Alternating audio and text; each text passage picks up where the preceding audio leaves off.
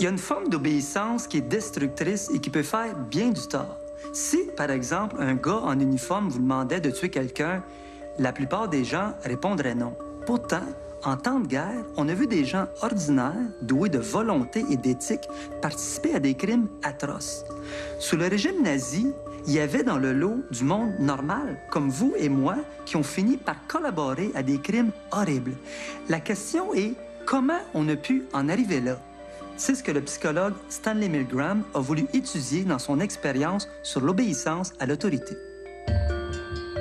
Au début des années 60, le chercheur américain Stanley Milgram demande à des participants de faire apprendre une liste de mots à un élève complice qui est assis dans une pièce adjacente. Pour chaque erreur commise, le participant doit donner un choc électrique à son élève. La décharge augmente au fil des erreurs pour atteindre finalement 450 volts. La figure d'autorité reste derrière le participant, l'encourageant à continuer de lui envoyer des faux chocs de plus en plus violents jusqu'à une décharge mortelle. L'autorité n'était pas quelqu'un habillé en soldat ou en policier ou en nazi ou quoi que ce soit.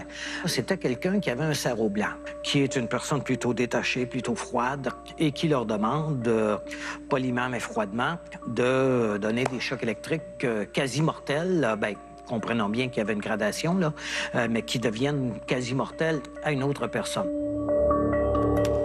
Une majorité de gens ont accepté de donner le choc maximum à ce pauvre monsieur-là. Ensuite, il a fallu expliquer ça, et Milgram l'explique par le choc de deux normes. C'est-à-dire que quand on est jeune, on apprend des normes sociales. Entre autres, l'une de ces normes-là, c'est « tu fais pas mal aux autres ». Mais il y en a une autre qui est encore plus forte et plus ancienne dans notre éducation, c'est « t'obéis à tes parents ».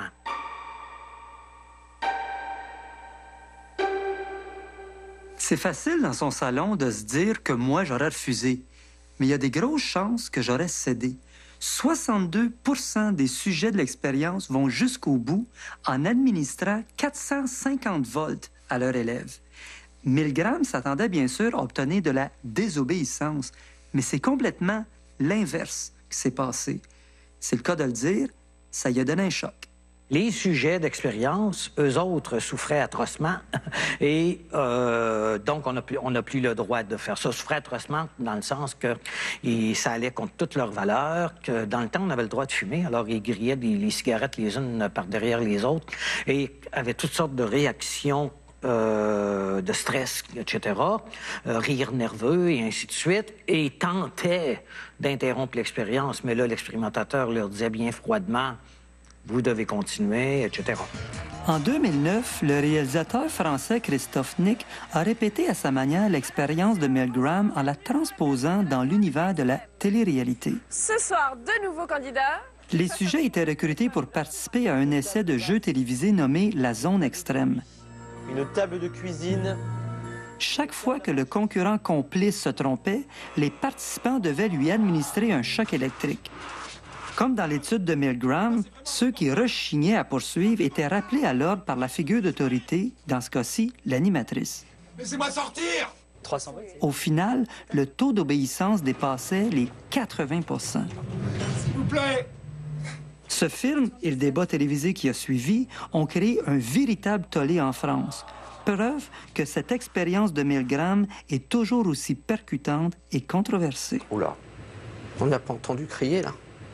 C'est à vous, continuez. Là, je suis pas en train de dire que l'espèce humaine est une espèce un peu niaiseuse, là, qui obéit à n'importe quoi, obéit à n'importe qui dans n'importe quoi. Ben non, parce que toute l'histoire de l'humanité montre qu'à un moment donné, il y a rupture. Mais pour atteindre un point de rupture, il faut qu'il y ait toute une série de conditions sociales qui a été réunies, dont l'abus extrême de l'autorité. Fait que malgré tout, on est quand même capable de désobéir. Tu sais, si t'es tout seul à un feu rouge, il est 4 heures du matin, puis il n'y a personne autour, tu vas peut-être te dire tant pis, puis passer pareil. Surtout s'il n'y a pas de figure d'autorité, comme un policier qui est autour pour te le faire respecter. Quand la peur de la punition n'est pas dans notre tête, on est beaucoup plus lousse. On va désobéir beaucoup plus facilement, surtout si on pense que le bénéfice, dans ce cas-ci, gagner du temps, en vaut la peine. Fait que la conscience ou la morale, c'est quand même flexible. Des fois, on va délibérément désobéir si on est sûr de ne pas se faire pogner. Dans la prochaine expérience, on a voulu voir si notre rapport à l'obéissance varie en fonction de la peur d'être puni. On a installé un panneau commandant aux cyclistes de faire un petit détour vers une rue d'à côté. Dans un premier temps, personne n'est autour de la piste cyclable pour faire respecter l'interdiction, à part, bien sûr, la conscience des cyclistes. Dans les règles du trafic et tout, c'est important de rester avec les règles. Mais moi, j'étais en vélo et quand on est en vélo, on ne respecte pas beaucoup de règles.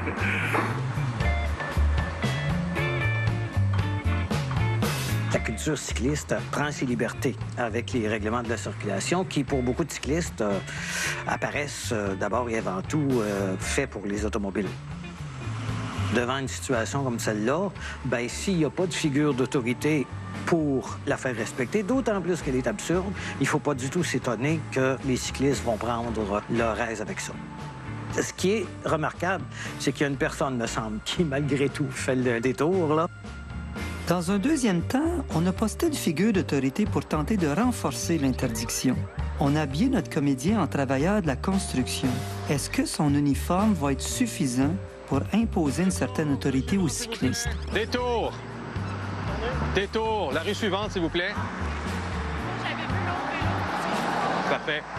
S'il n'y avait pas eu de monsieur en uniforme de construction, c'est possible que j'aurais continué. Ouais, ça a bien l'air que l'uniforme de travailleur de construction, ça évoque plus Village People que de la punition. Si ça avait été un policier, probablement, j'aurais plus ralenti. J'aurais plus regardé sa face pour qu'il me dise quoi faire. Finalement, on a habillé notre comédien en policier et on lui a demandé de faire respecter le panneau de détour. Face à cette nouvelle figure d'autorité, est-ce que la population va être plus obéissante? Détour pour les vélos, de ce côté-là. Oh, ça y tente pas trop, mais il va faire le détour. Bon, c'est le matin, ils s'en vont travailler. Pourquoi je m'arrêterais?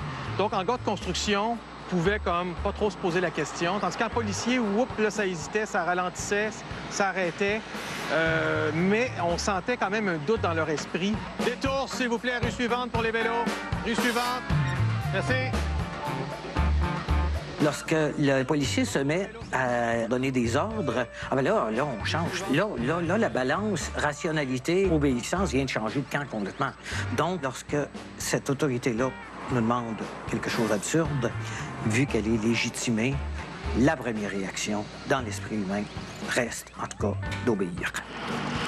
Il faut toujours faire attention, et dans le cas des cyclistes, c'est un bel exemple de cela, de ne pas confondre le non-respect de certaines lois avec le non-respect de la nécessité de l'ordre. Je crois qu'il y a dans une ville où les gens font beaucoup de vélo toutes sortes de normes. Hein. Le problème est que ces normes ne sont pas toujours les mêmes que celles que les autorités voudraient qu'ils observent. Détour.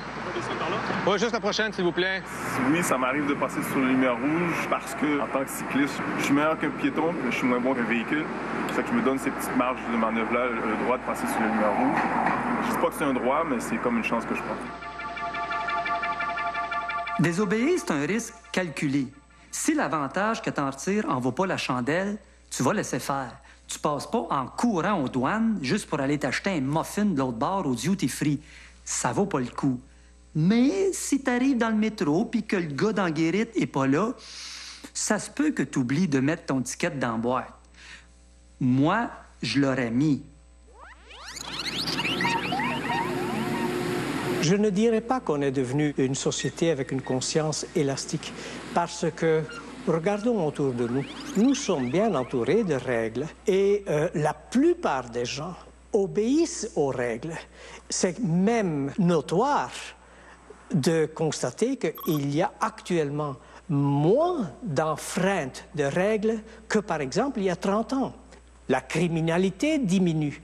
Pas seulement la grosse criminalité comme meurtre, etc., mais même le comportement délictueux dans son ensemble est à la baisse. C'est-à-dire, nous vivons malgré tout dans une société plus sécure. Pourquoi? Parce que les gens obéissent, malgré tout aussi, aux règles. Obéir, c'est bien beau. Mais quand c'est trop injuste, à un moment donné, c'est la morale qui embarque. Le gros bon sens prend le dessus sur le mouton. Il y a comme une limite à être suivie. Mais cette limite-là, ça s'appelle le point de rupture. Parce que être libre, c'est aussi obéir à ce qui est juste. C'est pas les élections qui vont nous faire plier. À venir dans la suite de l'émission, en avoir assez et finalement désobéir.